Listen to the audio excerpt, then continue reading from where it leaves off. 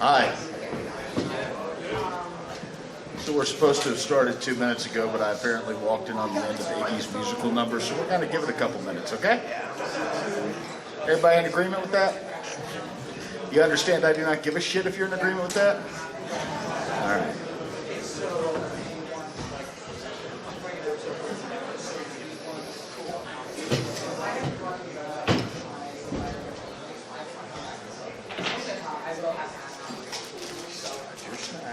In the middle of the table, thank you. Fucking bringing snacks onto the panel. It's okay, Status. Take your fucking time. I'm dealing with the situation, Boozy. She's responsive. He's responsive.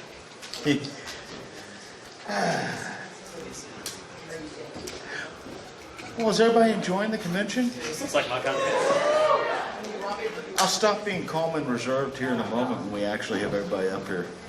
Okay? Where's the best place for you? Until then, I'm just a tired 40-year-old guy on stage. You're 40 and you're tired? Boozy. I'm 46 and I just did the eat cake and play DDR without puking challenge. All right, listen here, evil Jeff Bezos. What fucking happens if alopecia meets anorexia? Jesus. Oh, good. Hi. Hey, look, you got nuts now. I do. My bottom surgery is complete. All right, I guess it's time.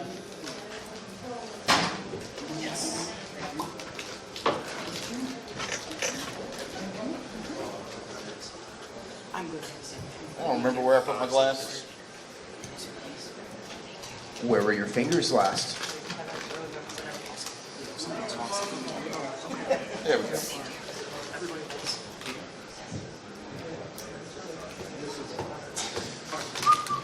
What are you waiting for? Oh, I'm just waiting for people to clear my fucking stage!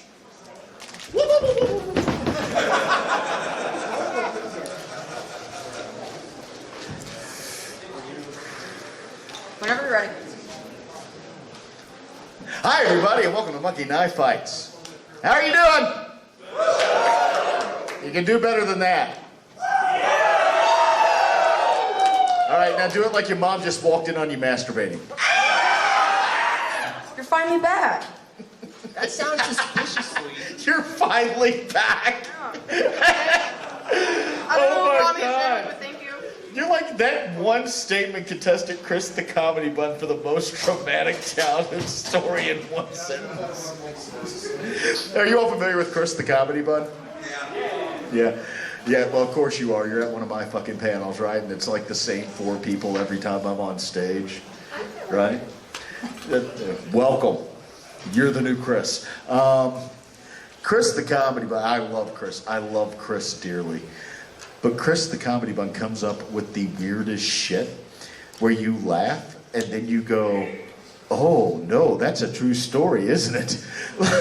Like Chris the Comedy Bun walked up, he's like, Boozy, you're like the dad I never had that didn't die from a drug overdose. And I'm like, ha, wait. He's like, yeah, I talked about that in therapy. I'm like, ha, wait.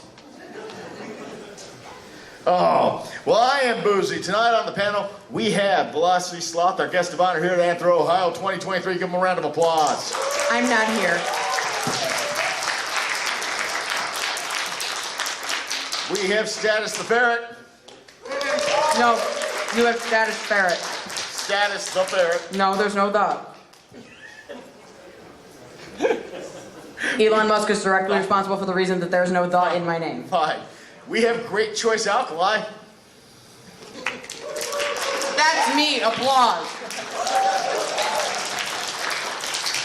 And director Malif, we have Giza the White Mage. Except when I'm a goat. You may remember Giza from any panel they fucking con their way on. I'm not sure how you keep ending up on these things. I'm not sure how you keep inviting me, Boozy.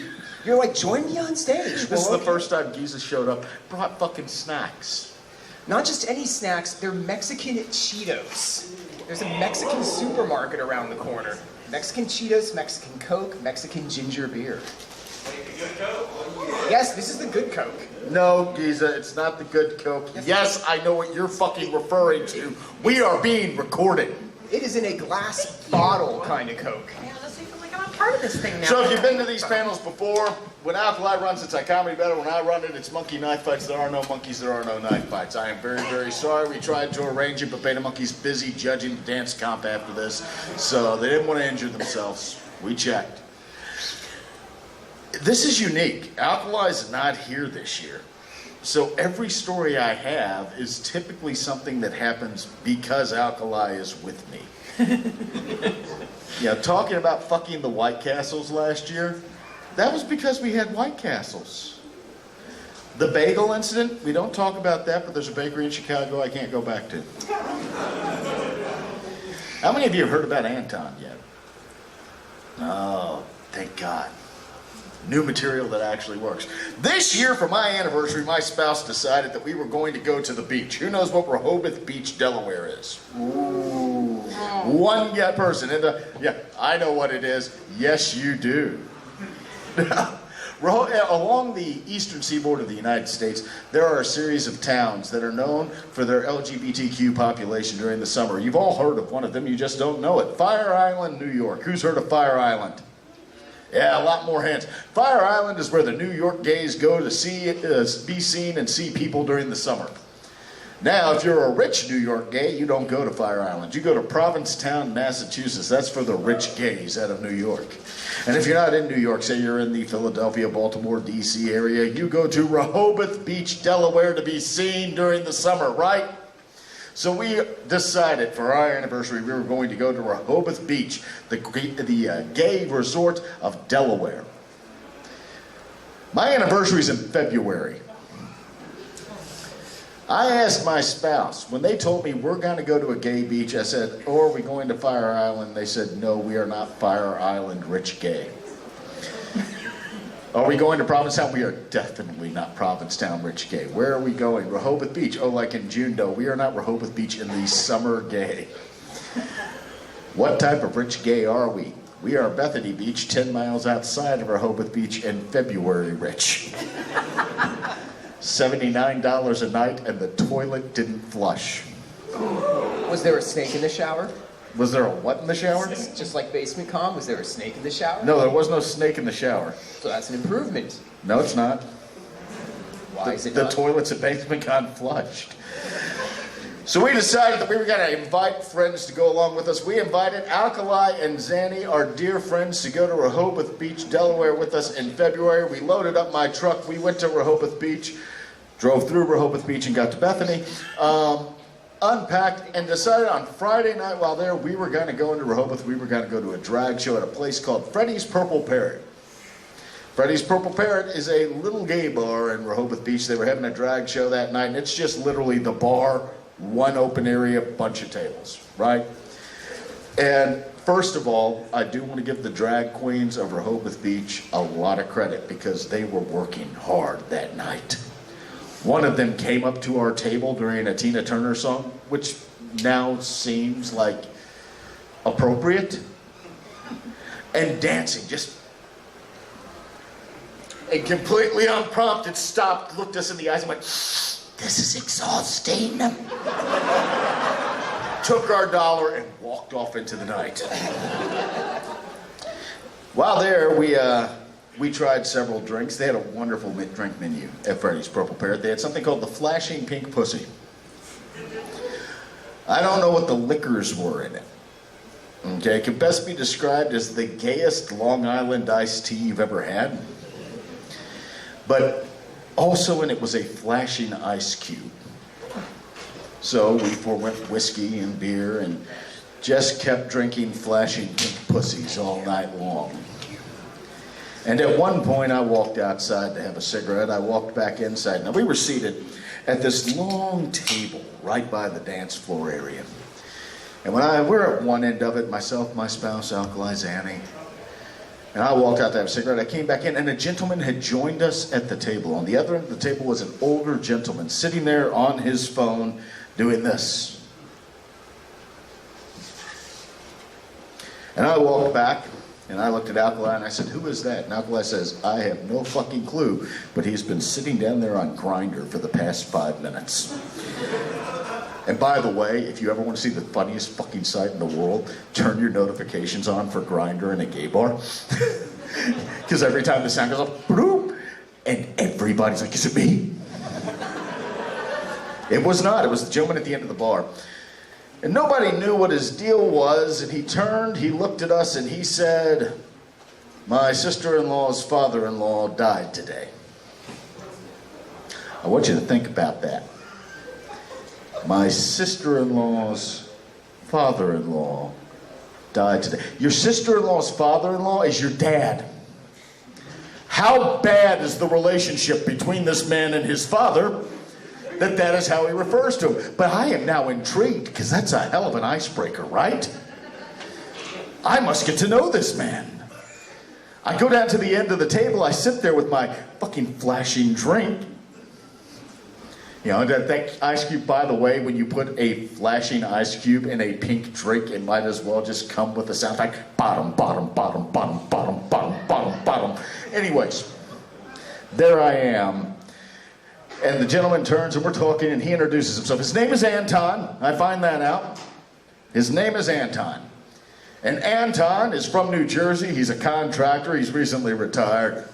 And he has decided he is going to spend the weekend in Rehoboth Beach, Delaware. I also learned that Anton was sick last year. Anton was sick and lost 200 pounds, which now explains why he is not putting down Grindr, because while we're having this entire conversation, just penis after penis is scrolling by on this man's screen. And I get it, because if I lost 200 pounds, everybody's seeing my dick. Everyone. Like, I'll warn you, I'll be like, come to my panel, by the way, showing you my dick in the middle of it. I've lost some weight. It's there again. Do you remember first square masturbation last year? You've seen it. I also learned that Anton can eat this much meat before he gets violently ill. This much meat. At this point, Alkali and my spouse and Sandy, they've migrated, so now they're part of the conversation, right? Anton orders us drinks. We're sitting there, everybody's getting progressively drunker, and Anton looks at me and Anton says to me, I've got 2 kids, but they don't know I'm gay. That's sad. I get it. It's a thing from an older generation. Like, you don't know how it's going to be taken, you're scared of coming out. I completely understand that. And it brings the mood down for a moment before Anton looks at us and goes, so don't tell them. Yes, Anton from New Jersey, I definitely know your children. I don't know why you think this, but I promise I won't tell them that. I did make that promise. Room full of people that I'm now telling about Anton. Any of you could be his child. If your father's a contractor from New Jersey who takes vacations to Rehoboth Beach and lost a lot of weight recently, give him a call, tell him you love him. Oh, fuck, I gotta call my dad. Anton is staring at his phone. We have a wonderful conversation. Then Anton says, it's time for me to leave. I need to get going. I go, okay, well, Anton, you have a wonderful night. And Anton shakes all of our hands, turns, walks out the door of Freddy's Purple Parrot into the street. And then, as he leaves, I hear the Grindr notification noise from the table directly in front of me, because Anton has left his phone. And I go, oh no, Anton! I have to help you get laid. So I grab Anton's phone and, like the fattest flash in the universe, run out the door of Freddy's Purple Parrot onto the sidewalk in Rehoboth Beach, Delaware at midnight. The street is deserted. Completely deserted. Around the corner there's another gay bar. We can hear noise down there. But our street, nothing. Just one block, an alley about 10 feet away from the entryway, and nothing. Anton's not in sight. So I do what any reasonable person would do. I held the phone up to the sky and at the top of my lungs yelled, Anton! There was no answer, by the way. So I walked out into the street and screamed again. Anton! No answer. I go to my knees, holding the phone screen towards the heavens so God can see the twink cock Anton has liked. And scream again, Anton! Now here's what I did not know was happening inside the bar. The drag show had ended, and karaoke had begun. And the bar was not insulated well, apparently. Because inside, somebody was like, here's my one chance, fancy, don't let me die! Down, I said, here's my one chance, die! Before I know it, Alkali, Zanny, and QM have all three come out of the bar. They are with me in the street. We are on our knees in the night of Rehoboth Beach in unison, screaming to the sky. Anton! And Anton has not appeared. Now it has been several minutes when I go, Anton! You forgot your phone! And then he came out of the fucking alley.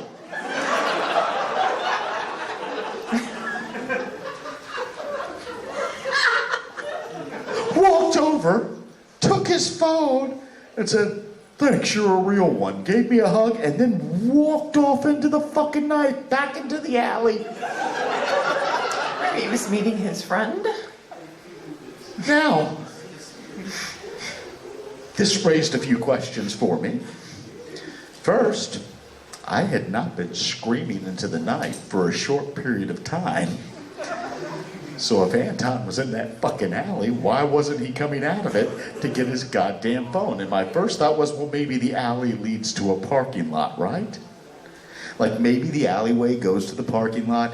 He was in the parking lot. He had to get out, come back, realize that I wasn't a crazy stalker chasing him into the night around the fucking beach town in Delaware, screaming his name. By the way, not a safe bet if you see me outside screaming your name at night. Right? The next day, though, we're driving around Rehoboth Beach, and I go, hold on, I want to see something. I pull up the street with Freddie's purple parrot on it, and we drive by, and as we're passing the alley, I roll down the window, I look out the truck. It's a fucking dead-end alley. What was Anton doing in the alley? Getting lucky. No, I had his phone. You pre-set it up. Now, I did not tell you about how we got to Freddie's purple parrot, because obviously we had been drinking if I was screaming Anton's name into the night, right? We got there via Uber. We called an Uber to get us from Bethany Beach to Rehoboth Beach. And the route from Bethany Beach to Rehoboth Beach takes you over a causeway for about 10 minutes through the Delaware State seashore. The Delaware State seashore is sand dunes and ocean on one side, wet marsh swampland on the other side, and nothing fucking else. All right? Just a 2-lane road. You and the serial killer in the front seat.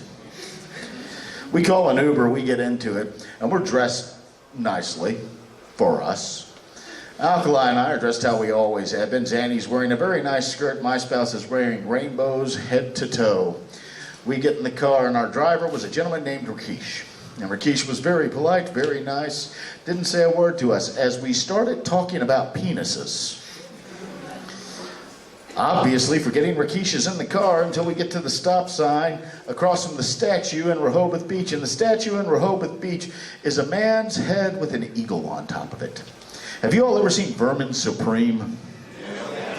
The statue looks like fucking Vermin Supreme, I shit you not. But there we are, and Rakesh, as we're sitting at that red light, just turns, looks at us, and goes, you all are talking about penises, and I am just trying not to stare at that statue. He gets us there as we get out of the vehicle. We decided, by the way, we like Rakesh. Like, Rakesh is telling us shit on the way. He's like, oh yeah, once the drag show at Freddy's is done, go down the street to the other one. They have a stripper. And we're like, fucking A, Rakesh. We like you, buddy. You're getting a good tip, 5 stars. He drops us off. He says, when you're ready to leave, just get on the Uber app. Somebody will come and get you. And we're like, okay, great, man. We leave. The Anton happens. That's, by the way, his name, the Anton. We're getting ready to go back. We obviously put in for Uber. The driver shows up. This driver was not Rakesh. This driver was Dave. And Dave was friendly when we got in the vehicle. And Dave remained friendly until he put the car in drive and went up about 3 feet, and I said, hey, does everybody have their phones? We don't want somebody chasing us out of the bar screaming our names into the night. And Zanny says, oh no, I forgot my phone. Once again, Zanny's wearing a skirt, so I don't know how they didn't notice they didn't have their phone in the first fucking place. Because there's only like one other place it could be, and you would definitely notice if it was there. And I go, excuse me, Dave, I hate to ask this, but can you just stop for a second so our friend can run in and get their phone? Folks, we were sitting at a red light, 4 feet away from the door of the bar when I asked this, and Dave remained silent. The light turned green, and there was a palpable moment where Dave just considered, fuck it, he's leaving. And then Dave went, fine. I don't know what cell phone related trauma Dave had in his youth. But the rest of that drive, the mood was different. We were going over the causeway back to Bethany Beach. Sand dunes on one side, swampland on the other, no lights, no other cars on the road, and Dave started slowing the fuck down. And we're sitting here going, oh, he's going to kill us in the swamp. Happy anniversary, sweetie. We finally did get back though. Like Dave decided he didn't want to catch a felony over that. He got us back to our beach house. We left. We left him a good tip, mostly because he didn't kill us on the causeway. And he sped off into the night. And we imagine that Rakesh went home that evening and said, I picked up the most lovely group of people. They were out to have a good time. I got to show them around. And Dave went home that night, walked in and said, Jesus Christ, Anton, you will not imagine the queers I picked up tonight. Hi. Hi. Speaking of dicks, do you know my brother runs a dildo business out of our basement? That sounds awesome. Your brother runs a what out of your what? So, on Tuesday, I'm home alone with my brother, and he comes up the stairs with a dildo that is about this big, just to show it to me, and he's like, hey, look what I made. Wait a second. Wait a second. Yeah? Are you saying like, the interesting part of the story is your brother saying, oh, I made this, not my brother came up and showed me a massive dildo. Are you in the type of family that's like, hey, want to see my sex toys, Mom? No, we're getting there. Hold on. I'm a crafty family. How? We're getting there. Hold on. We have questions. Yeah, me too. So yeah, he comes up, me and my brother have a very, very close relationship where there's no shame between us. But yeah, he comes up the stairs, it's a dildo, it's about this big. And he goes, look what I made. And I said, why the fuck do you have that? And he explains, oh, I made this. I use a 3D printer. I'm like, oh, my brother got super into 3D printing about a year ago. He's been running this dildo business out of our basement for a year. You know when I found out about this? Tuesday. I just like that. My brother got super into 3D printing about a year ago, and now it's getting super into him. No, you're right. I just like how you went a year without noticing dildos. Like, I had no idea. you didn't notice dildos in the basement? No! And how? You notice the sound that it Oh my makes? God! Is that the, hold on? Is that the sequel to Flowers in the Attic? Dildos in the basement?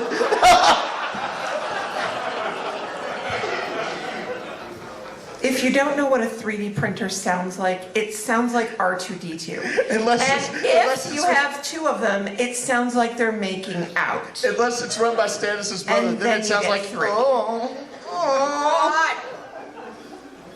So I need you to understand, my first FurCon, we came up with the front that I was the one that was into weird shit, and my brother was taking me to my first FurCon. This is how we hid this from my parents. My brother is very stealth. We hide shit from my parents all the time. We just didn't realize that he was hiding this from me. Yeah, he got super into 3D printing so he could sell dicks out of our basement. That's it. I found out this week that my brother runs a dildo business out of our basement, has been doing it for a year. I had no idea. What's the company? I want to support a small business. Oh no, it's a rather big business. Didn't you see the example? We've got all shapes and sizes, Boozy. We don't discriminate. Find me afterward. I'm getting flashbacks now. So all this dildo talk has me thinking, back in the days of my youth, aka the late 2000s, I actually worked in the porn industry. Exactly. I'm drinking beer. That's just gonna randomly happen. Keep going.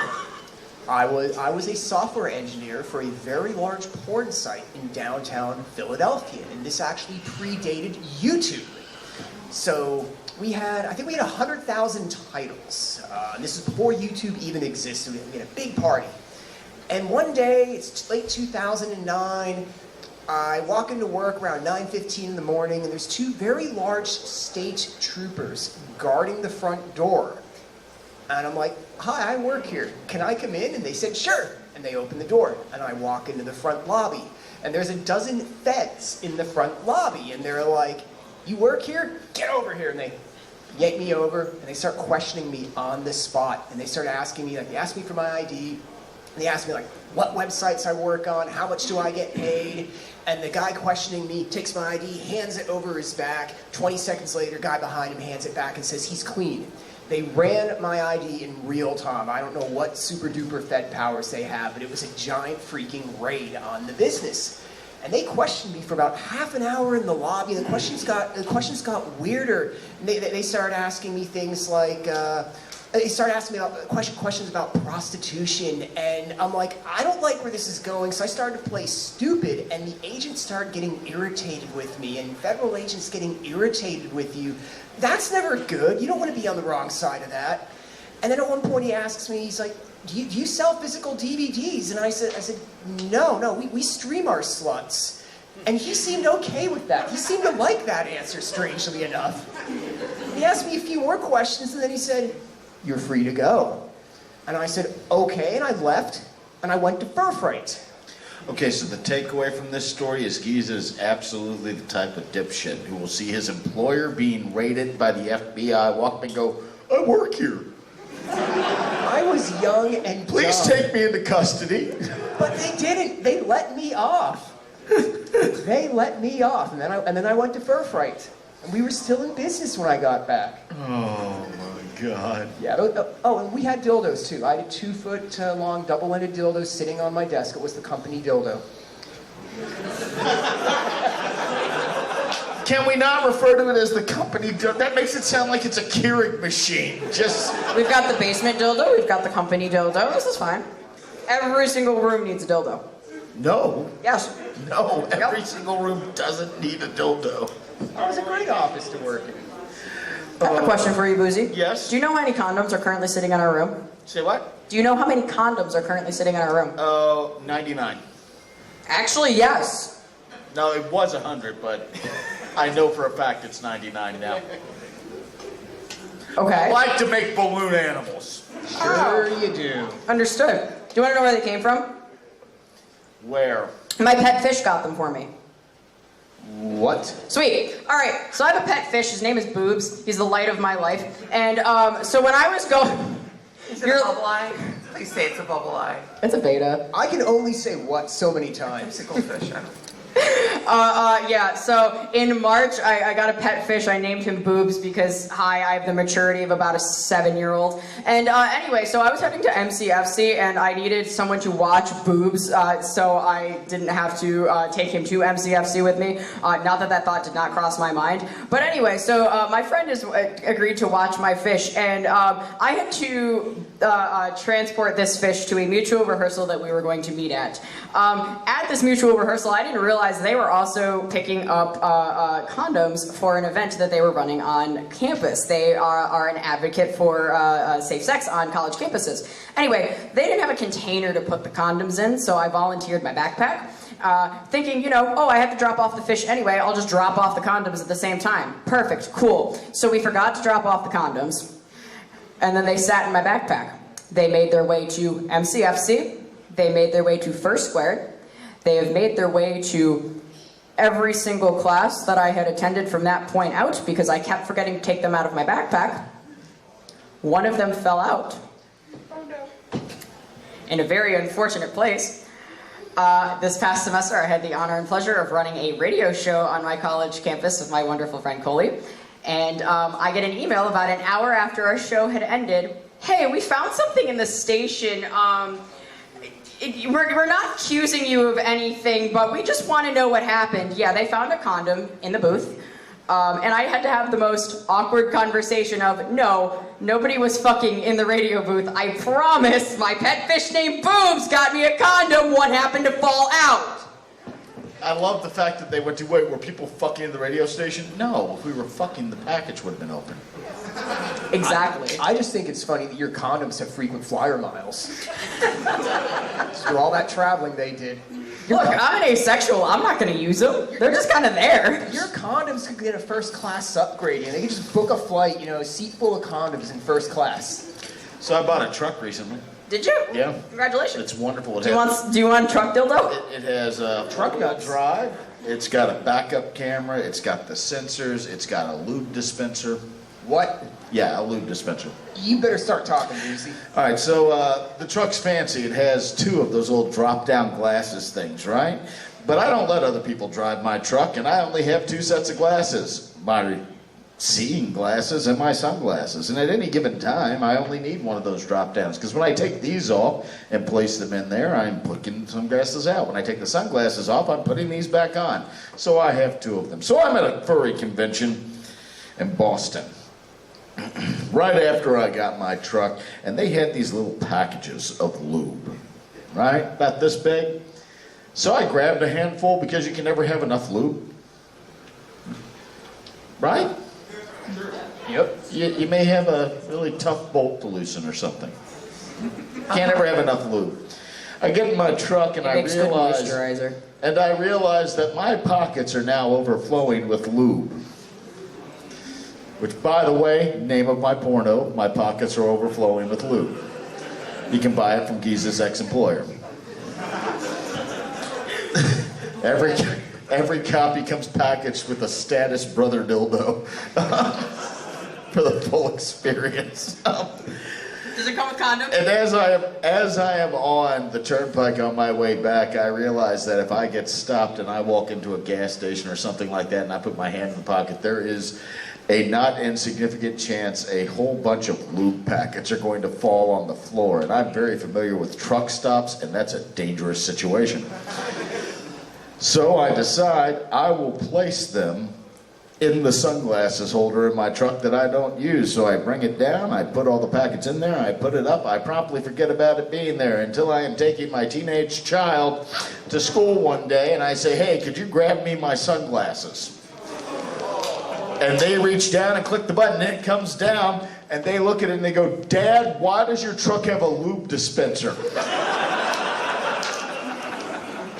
And I looked over and I said, well, your other parent and I like to go for drives. So now my kids don't ask me to drive them to school anymore. And I get to sleep in. Very enthusiastic drives, apparently. Status. Hi. You're up. I am? Okay. I talked about my dad a little bit earlier. So my dad got a letter in the mail about a year ago. My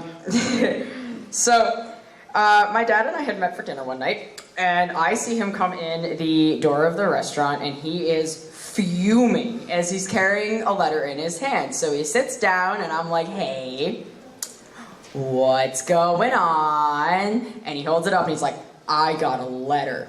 And I'm like, all right. This is the most depressing episode of Blue's Clues ever, but go on. So I was like, all right, who's the letter from? And he goes, AARP. And I'm thinking to myself, okay, Dad, we just moved into our house and we bought it from an elderly couple. Why don't you open it and find out what the letter says? It's probably not for you.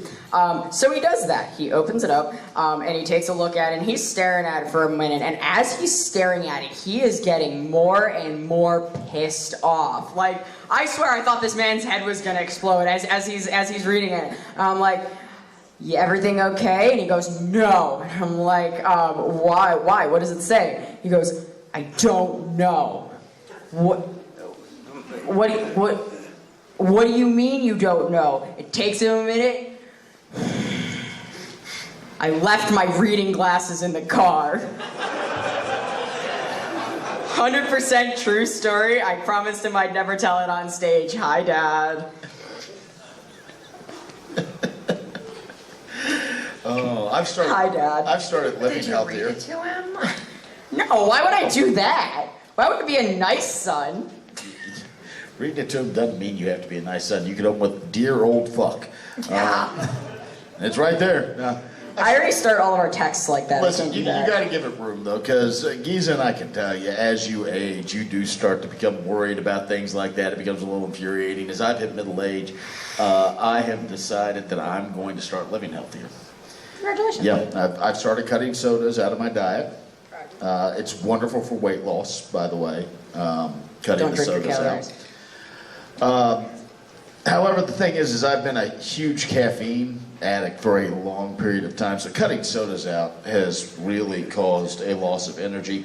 Luckily, I found a life hack to take care of that, because I've been drinking a lot of Kool-Aid, a lot of lemonade, and there's a really easy life hack that helps with the lack of energy and with the weight loss.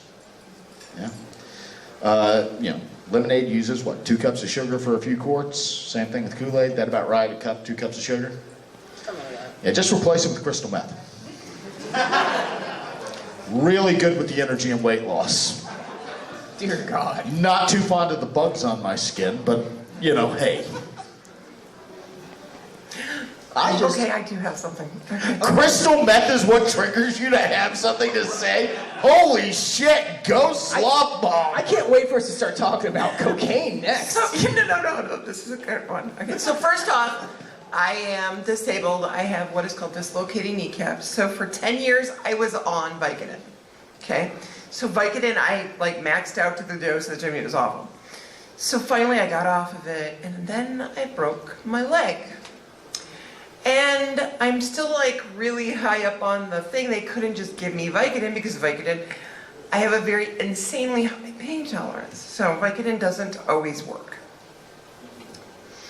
They gave me morphine. Never had morphine before. So I had Vicodin, 2 hours later, morphine. All of a sudden, I am seeing things on the wall. Big things. I mean, huge things. Like we have an alien invasion things. And I'm screaming. And all of a sudden, my husband comes up and plucks the little net off on my glasses. And then I fall asleep. Say no to drugs, children. Say no to drugs.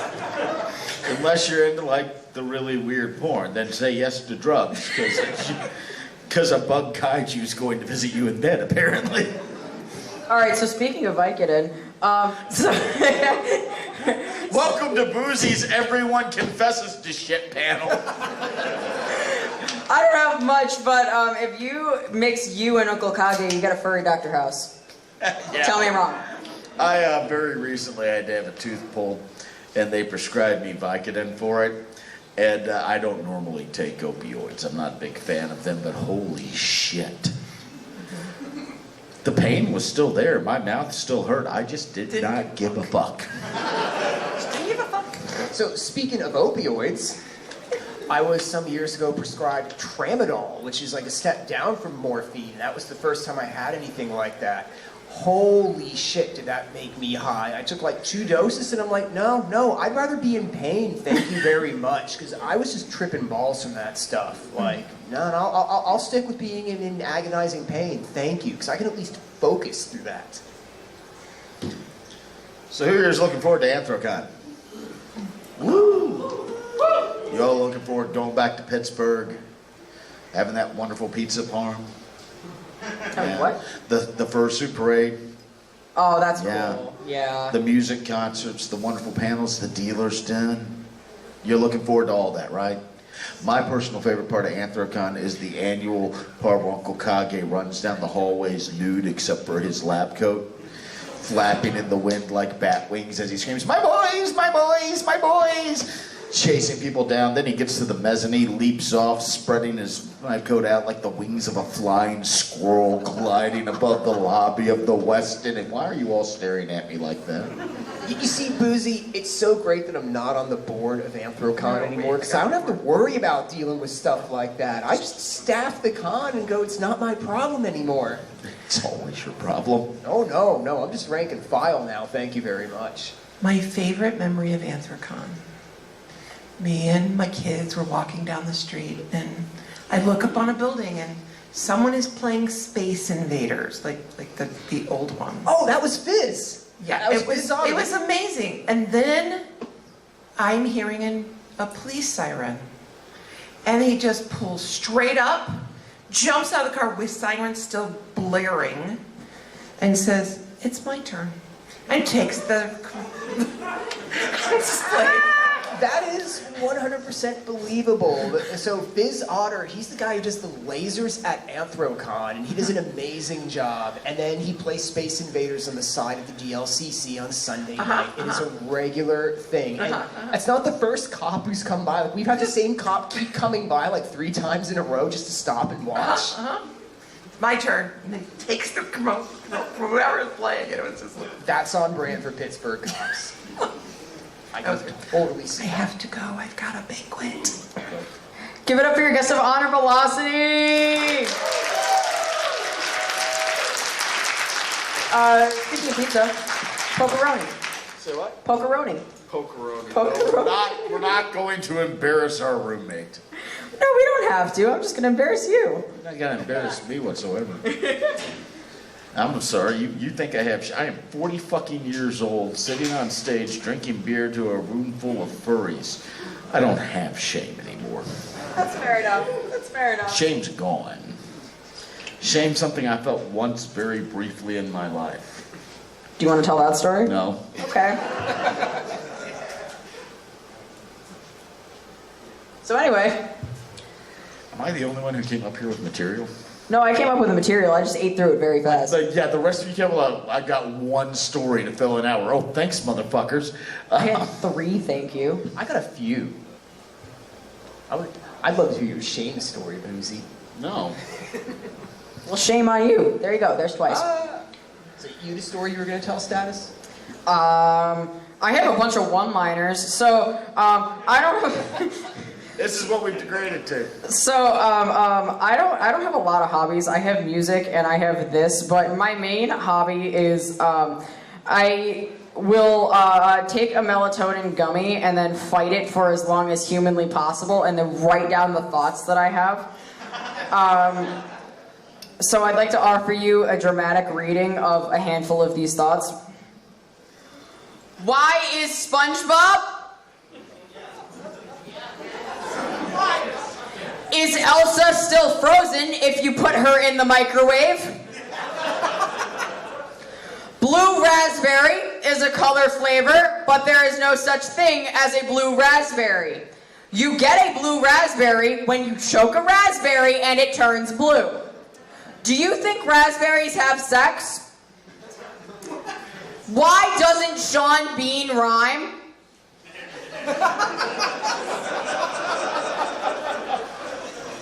URL and the name Earl could be pronounced exactly the same way, but society isn't ready for that kind of progress.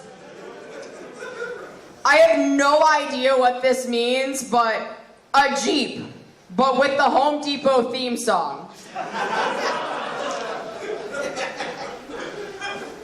That's what I got, dude. Now, recently I've noticed that I have become in the position of Generation X when I was younger. We are now the younger generation the media is trying to pit in the war. I am a millennial. And I, looking at the audience, realize we probably have a lot of Zoomers out here, don't we? I would like to let the Zoomers know that no matter what the media tells you, we are not in a war with you. The millennials, we are not in a war with you. We have nothing against you. We do not fucking understand you. But we have watched you be tiny fucking chaos gremlins for the last 21 years, and we're kind of on your fucking side about this. Plus, we know what it's like. Our entire lives, we've been blamed for killing everything. In just my lifetime, the millennials have killed the housing market, the nuclear family, small shops, everything they have tried to blame on us. As a representative of the millennial generation, I would like to tell you we didn't kill anything. No. Not because we didn't want to, just mainly because we were too fucking tired to do it. And the things that did die on our watch, they were already dying. We just didn't have the energy to put them on life support anymore. The millennials have not killed any of those things except maybe Applebee's. And quite frankly, we're not apologizing for that one. That's actually the one thing you didn't kill. Applebee's deserved it. The other day, I saw a commercial, and it was, we love to take our daughter to Applebee's. They treat her like a princess. Well, I'd like to remind you that Anastasia was a princess as well.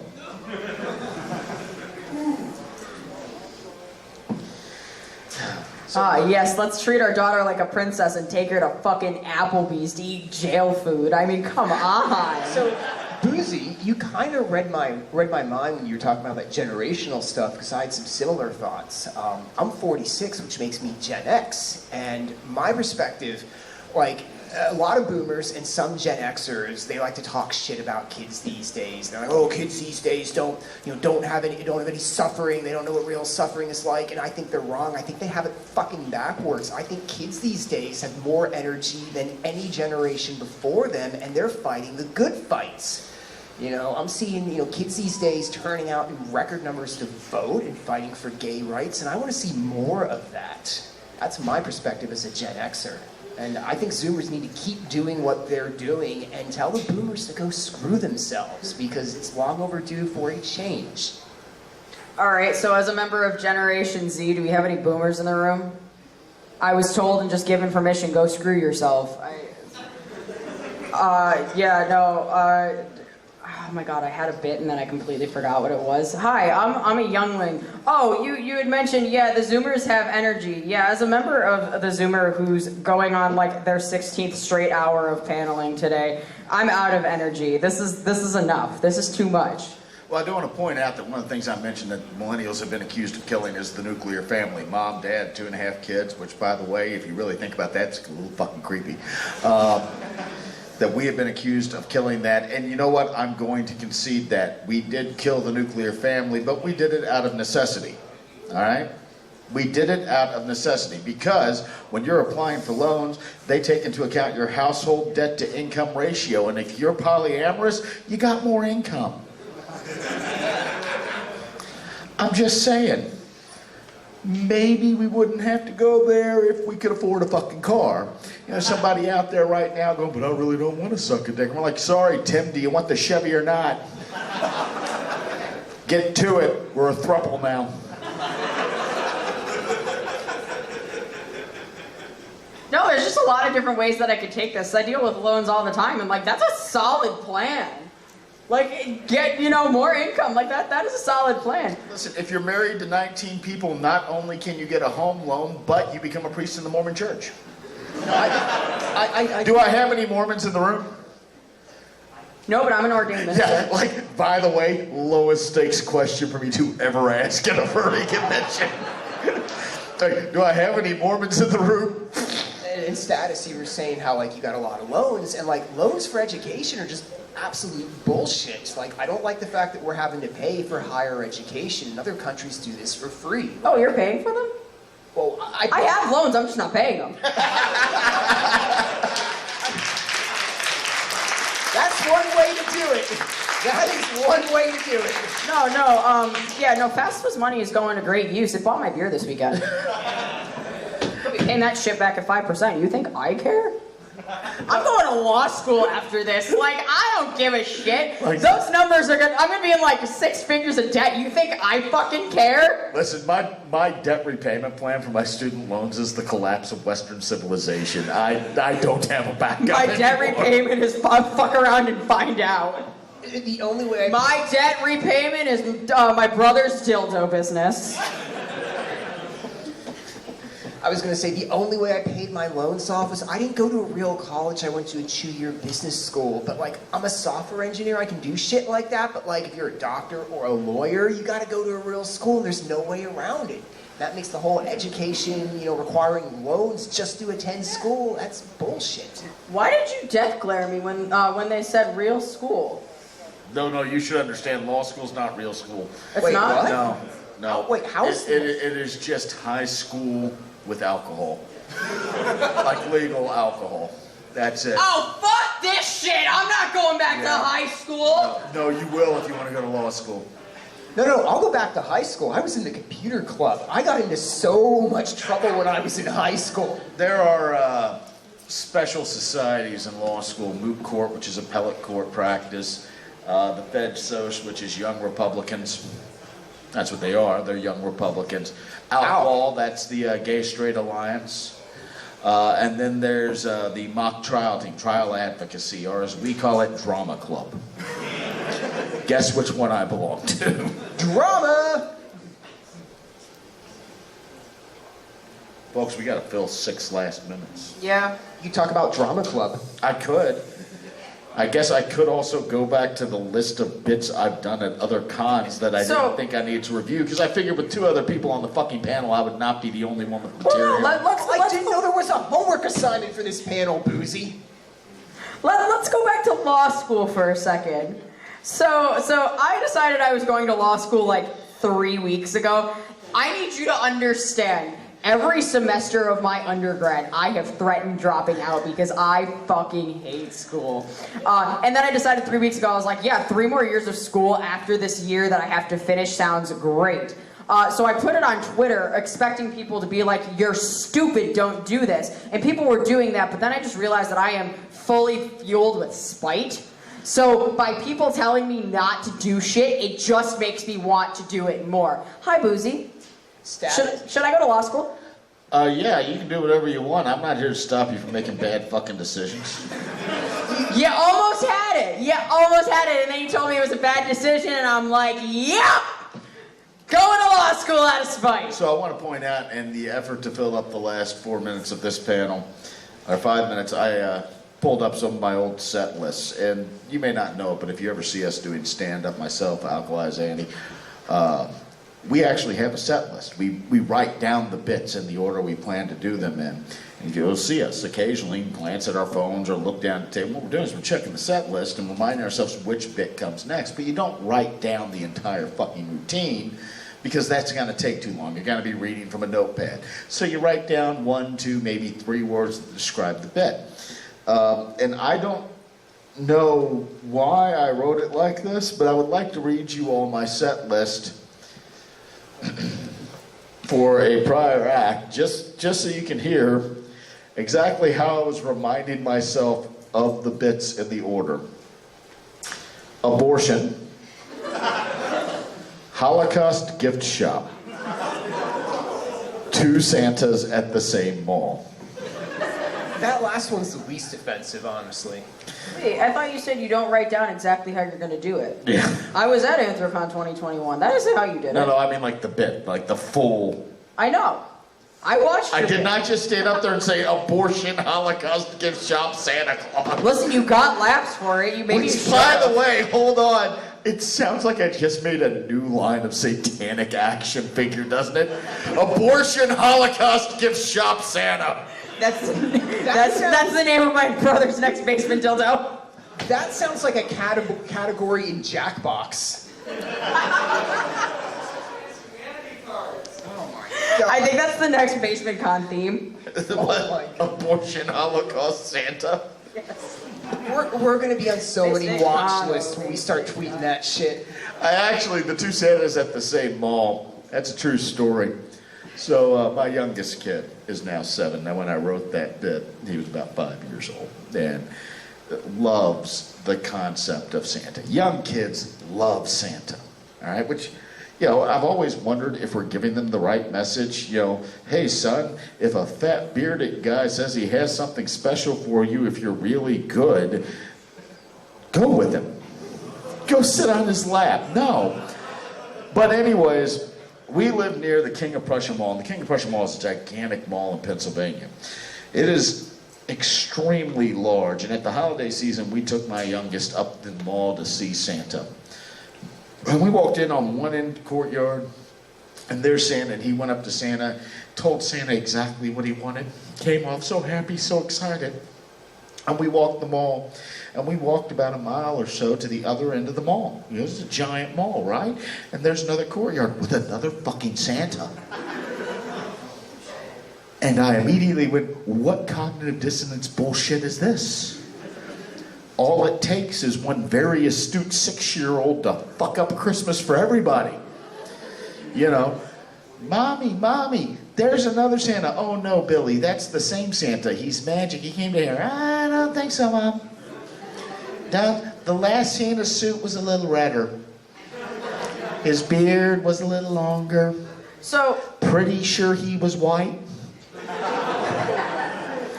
Yeah, what type of bullshit is that? If that kid was smart, he'd negotiate. He'd go to second Santa and be like, the first Santa promised me a PlayStation 5. What are you gonna give me? no, okay, so to build off of that, you think the kids will notice. They don't. I used to volunteer on a Polar Express train ride that goes out of the local station in upstate New York. I was an elf.